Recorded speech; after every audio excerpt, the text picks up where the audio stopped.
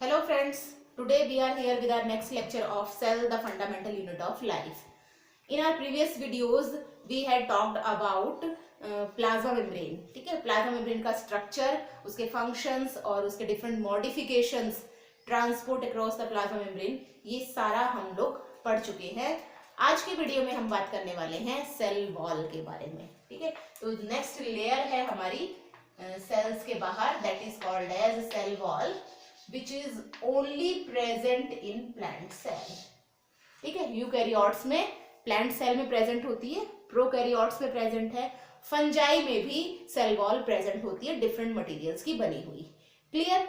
ये जो cell wall है, अब हमारे सामने एक क्वेश्चन आता है, why the cell wall is only present in plant cell, it is absent in animal cell, why? ठीक है, तो इसका हमारे पास एक इंपॉर्टेंट रीजन क्या होता है. हम ये कहते हैं cell wall provide protection to the plant. अब जब सेल वॉल प्लांट्स को प्रोटेक्शन देती है तो क्या एनिमल्स को प्रोटेक्शन की रिक्वायरमेंट नहीं होती है, जो उनकी बॉडी में सेल वॉल प्रेजेंट नहीं होती है? एनिमल्स को भी प्रोटेक्शन की रिक्वायरमेंट होती है, लेकिन प्लांट्स को एक स्पेशल प्रोटेक्शन चाहिए. That special protection is provided by cell wall. अब स्पेशल प्रोटेक्शन इनको क्यों चाहिए? वो इसलिए क्योंकि प्लांट्स जो होते हैं they are fixed at one place, they can not move from one place to another. ठीक है, ये एक से दूसरी जगह पे मूव नहीं कर सकते, चाहे सर्दी है, गर्मी है, बरसात है, जहां हमने उस पेड़ को उगाया है वो वहीं पर उस जगह पे सारी क्लाइमेटिक कंडीशंस को झेलता है. लेकिन एनिमल्स और ह्यूमन बींग्स जो होते हैं वो अपने आप को खुद प्रोटेक्ट कर सकते हैं. हर क्लाइमेटिक कंडीशंस के अगेंस्ट वो अपना प्रोटेक्शन कर लेते हैं, सर्दी में भी, गर्मी में भी और बरसात में भी. बारिश के मौसम में या किसी और एडवर्स कंडीशन में प्लांट्स जो है वो अपने आप को इस सेल वॉल की हेल्प से प्रोटेक्ट करते हैं. That's why the plants needed a special protection which is provided by cell wall. Animal cell में इसकी जरूरत नहीं होती है क्योंकि एनिमल्स अपने आप को खुद प्रोटेक्ट कर लेते हैं. ये जो सेल वॉल है ये बेसिकली प्रोटेक्शन प्रोवाइड करती है. इसके अलावा it provide strength to the plant and plant parts, और third it provide rigidity to the plant and plant parts. ठीक है, तो ये बेसिक फंक्शंस है हमारे पास सेल वॉल की. Firstly this cell wall is discovered by Robert Hooke, जिसने हमारे पास सेल की डिस्कवरी की थी. आपको पता है रॉबर्ट हुक ने डेड सेल की डिस्कवरी की थी, और वो सेल कौन सी थी? कॉर्क. इसके अंदर इन्होंने सेल वॉल की भी डिस्कवरी की, जो आउटर मोस्ट मेम्ब्रेन है. इन्होंने जो अपने माइक्रोस्कोप बनाया था उसमें जो सेल का स्ट्रक्चर देखा था वो इस तरह के हेक्सागोनल कंपार्टमेंट्स इनको दिखे थे. जो ये आउटर मोस्ट मेम्ब्रेन है इसको इन्होंने नाम दिया था सेल वॉल, क्योंकि इन कंपार्टमेंट्स को उन्होंने कहा था सेल, और सेल के बाहर की जो वॉल है it is called as cell wall. तो सेल वॉल को डिस्कवर किया था रॉबर्ट हुक ने.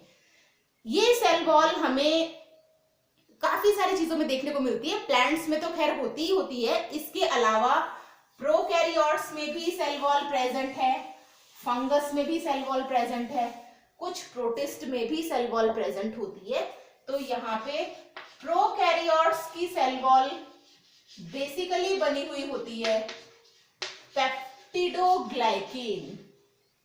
पेप्टिडोग्लाइकेन हमने जब प्रोकैरियोटिक सेल का स्ट्रक्चर देखा था वहां पे हमने देखा था cell wall made up of peptidoglycan. ठीक है, सेकंड हम देखते हैं फंगस. फंजाई में सेल वॉल बनी हुई होती है काइटिन की. Chitin is a homopolysaccharide. ये क्या है? एक होमोपॉलीसैकेराइड है. Homopolysaccharide which is basically made up of N-acetyl glycosamine. किसका बना हुआ है? N-acetyl glycosamine. इसके बहुत सारे मॉलिक्यूल्स आपस में जुड़ के क्या बनाते हैं? काइटिन. होमोपॉलीसैकेराइड है, इसका मतलब सेम टाइप के मॉलिक्यूल्स. होमो मीन्स क्या होता है? सेम. क्या? Polysaccharides. Polysaccharide is a type of carbohydrate. ठीक है, तो सेम टाइप के कार्बोहाइड्रेट मॉलिक्यूल, कौन से कार्बोहाइड्रेट के मॉलिक्यूल, एन एसिटाइल ग्लाइकोसामाइन के मॉलिक्यूल्स आपस में जुड़ के काइटिन का मॉलिक्यूल बनाते हैं। ठीक है, थर्ड हम देखते हैं हमारे पास प्रोकैरियोट्स में जो प्रेजेंट है सेल वॉल, ये माइकोप्लाज्मा में एब्सेंट होती है। Mycoplasma is also a prokaryote, लेकिन माइकोप्लाज्मा में सेल वॉल एब्सेंट होती है। क्लियर? तो इस तरीके से आपको ध्यान रखना है कि किसमें सेल वॉल किस चीज की बनी हुई होती है। हम मेनली बात करते हैं प्लांट सेल की। यूकैरियोट्स में प्लांट सेल में प्रेजेंट होता है, एनिमल सेल में होता नहीं है, तो हम यूकैरियोट्स में बात करेंगे प्लांट सेल की। प्लांट सेल में डिफरेंट मटेरियल्स की बनी हुई सेल वॉल हमारे पास हो सकती है। ठीक है, अब किस किस चीज की सेल वॉल है प्लांट सेल में, हम देखते हैं। यहां प्लांट सेल मेनली हम देखते हैं प्लांट सेल में सेल्यूलोज की बनी हुई सेल वॉल है। ये सेल वॉल हेमी सेल्यूलोज की भी हो सकती है। हेमी सेल्यूलोज के अलावा ये कुछ पैक्टिक मटेरियल या पैक्टीन की भी हो सकती है, इसे हम पैक्टीन भी कह सकते हैं। इसके अलावा इसमें वाटर मॉलिक्यूल्स होते हैं, लिपिड मॉलिक्यूल्स होते हैं एंड प्रोटीन के मॉलिक्यूल्स होते हैं। This is the composition of cell wall. ठीक है, तो इन चीजों की बनी हुई सेल वॉल हमारे पास प्रेजेंट होती है। सेल्यूलोज इज ऑल्सो अ होमोपॉलीसेकेराइड, ये भी क्या आपके पास होमोपॉलीसेकेराइड है, और किसका है, ग्लूकोज का, homopolysaccharide of glucose. Hemicellulose is the heteropolysaccharide, polysaccharide, it is the heteropolysaccharide made up of, ठीक है, किस किस चीज का बना हुआ है हमारे पास hemicellulose. It is made up of galactose, xylose, third one is mannose and fourth one is arabinose. इनका बना हुआ हेटेरोपॉलीसेकेराइड है कौन, हेमीसेल्यूलोज। थर्ड है हमारे पास पैक्टिक मटेरियल या पैक्टीन्स भी हम इसको बोल सकते हैं। Pectic material is also a heteropolysaccharide which is made up of glucuronic acid, glucuronic acid and galacturonic acid.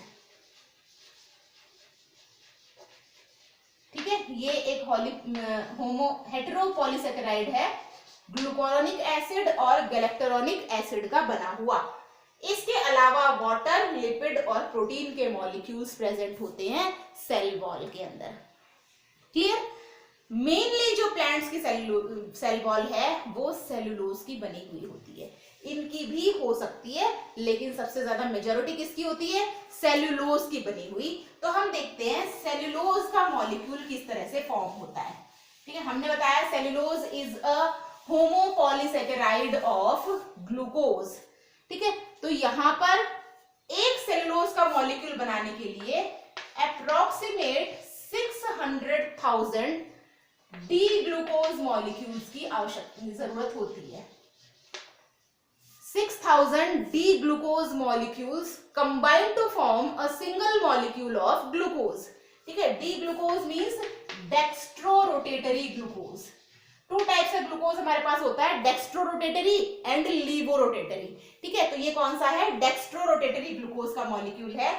ये डेक्स्ट्रोरोटेटरी ग्लूकोज मॉलिक्यूल आपस में कंबाइन होके पहले एक स्मॉल स्ट्रक्चर बनाते हैं, that is called as micelles. Micelles will combine to form microfibrils and these microfibrils will combine to form macrofibrils। और ये मैक्रोफाइब्रिल्स के जो फॉर्म है हमारे पास, ये मैक्रोफाइब्रिल्स सेल के साइटोप्लाज्म में हेमीसेल्यूलोज के फॉर्म में डिपॉजिट हो जाते हैं, हेमीसेल्यूलोज के फॉर्म में। और ये हेमीसेल्यूलोज ही primary and secondary cell wall को फॉर्म करता है, जहां पे सेल्यूलोज डिपॉजिट होता है। मतलब ये अलग अलग तरीके से डिपॉजिट होके सेल्यूलोजिक सेल वॉल को फॉर्म करता है। क्लियर? तो इस तरीके से हमारे पास सेल्यूलोज का स्ट्रक्चर बनता है। Got it? अब हम देखते हैं काफी सारी सेल्स में हमें इन सब्सटेंसेस के साथ साथ कुछ दूसरे सब्सटेंस का डिपोजिशन भी सेल वॉल के साथ मिलता है। ठीक है, सेल वॉल के साथ कुछ प्लांट्स में दूसरे और सब्सटेंस भी जुड़े हुए हो सकते हैं, जिसमें हमारे पास आता है क्यूटीन, जो कि बेसिकली हमें लीव्स की सेल वॉल में देखने को मिलता है। Next one is suberin. Third pectin deposition हो सकता है। And fourth one is lignin. Lignin is the hardest substance present in the plants. ठीक है, तो लिग्निन या लिग्निफाइड सेल वॉल भी हमें देखने को मिलती है बेसिकली स्क्लेरेनकाइमा टिश्यूज में। ठीक है, यहां पर सुबेरिन जो होता है it is impervious to water, impervious to water and oxygen or any other gas। ठीक है, तो इसके आर पार वाटर का और गैसेस का एक्सचेंज नहीं हो पाता है, इसलिए जिन सेल्स में सुबेरिन का डिपोजिशन हो जाता है वो सेल्स ऑलमोस्ट डेड हो जाती है, उसकी मेटाबॉलिक एक्टिविटीज स्टॉप हो जाती है। क्लियर? तो डिफरेंट टाइप का डिपोजिशन हमें सेल वॉल के अंदर सेल्यूलोज हेमीसेल्यूलोज के साथ मिल सकता है, क्योंकि डिफरेंट टाइप के टिश्यूज जो परमानेंट टिश्यूज होते चले जाते हैं, उन परमानेंट टिश्यूज में एक्स्ट्रा सेल वॉल डिपोजिशंस हमें देखने को मिलते हैं। ये जो सेल वॉल है इसका फॉर्मेशन कब और कैसे होता है सेल में, वो हम थोड़ा सा देखते हैं। सेल वॉल का फॉर्मेशन बेसिकली सेल डिवीजन के टाइम पर होता है, और सेल डिवीजन भी कौन से फेज में? साइटोकाइनेसिस की फेज में। साइटोकाइनेसिस फेज में हमें सेल वॉल का फॉर्मेशन देखने को मिलता है। किस चीज से मिलता है? सेल के अंदर कुछ फ्रेगमेंट्स होते हैं जिनको हम कहते हैं फ्रेगमोप्लास्ट। ये phragmoplast basically Golgi complex and endoplasmic reticulum के फ्रेगमेंट्स होते हैं। ठीक है, तो these phragmoplast are the fragments of Golgi complex and endoplasmic reticulum.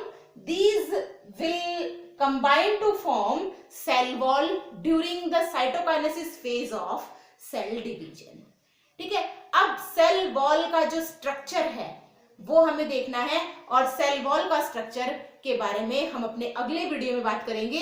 किस तरीके से प्राइमरी सेल वॉल का फॉर्मेशन होता है, सेकेंडरी सेल वॉल, और किसी प्लांट में यदि जरूरत है तो टर्शरी सेल वॉल का फॉर्मेशन भी होता है। How this formation of cell wall takes place. So the structure of cell wall we will discuss in the next video. Thank you very much.